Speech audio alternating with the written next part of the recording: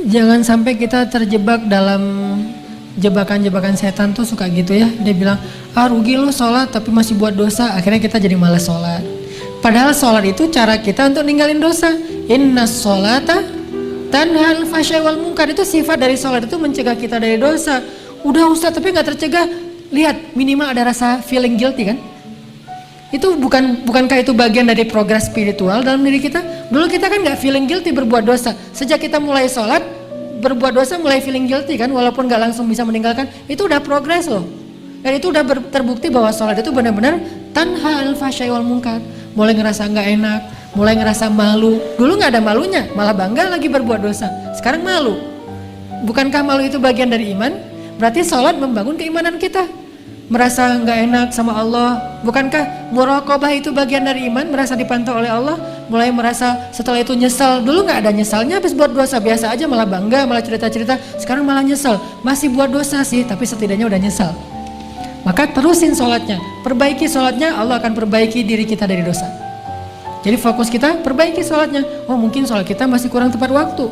Oh mungkin sholat kita masih belum di masjid. Oh mungkin sholat kita belum di saf pertama. Oh mungkin sholat kita belum banyak tambahin dengan gimmick sunnah-sunnahnya. Oh mungkin sholat kita belum banyak ditutup dengan istighfar setelah sholatnya, doa dan seterusnya. Perbaiki sholat kita, Allah akan perbaiki hidup kita.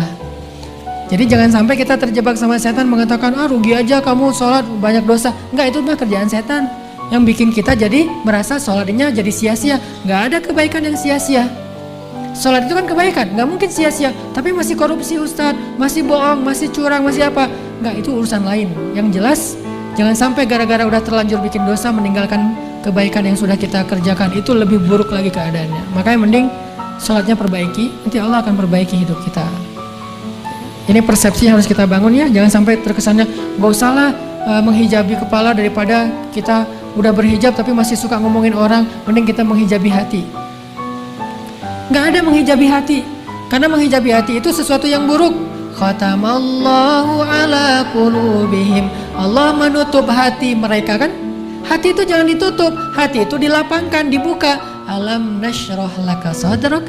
Jadi yang benar menutup kepala, membuka hati. Bukan menutup hati, membuka kepala, kebalik. Menutup hati, membuka kepala. Summum bukmun umyun. Bahaya tuh. Khatamallahu ala qulubihim, bahaya tuh. Kalau menutup hati, tapi kalau menutup kepala membuka hati memang harusnya kayak gitu. Jadi bukan sebaliknya menutup hati membuka kepala. Ini persepsi umum yang disebut dengan syubhat, pemahaman-pemahaman yang keliru di antara umat Islam yang mudah-mudahan bertahap kita perbaiki. Termasuk tadi, sia-sia sholatnya masih bikin dosa, enggak. Justru dengan sholat dia bikin dosanya udah mulai merasa bersalah. Udah mulai merasa malu, udah mulai merasa menyesal setelahnya, udah mulai mengurangi sedikit-sedikit walaupun belum bisa maksimal. Setidaknya seperti itu.